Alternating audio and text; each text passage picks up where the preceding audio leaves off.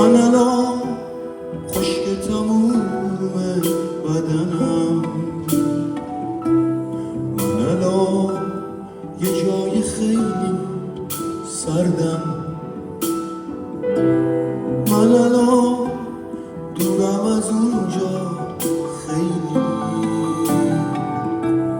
تو مکلفی که من برگردم.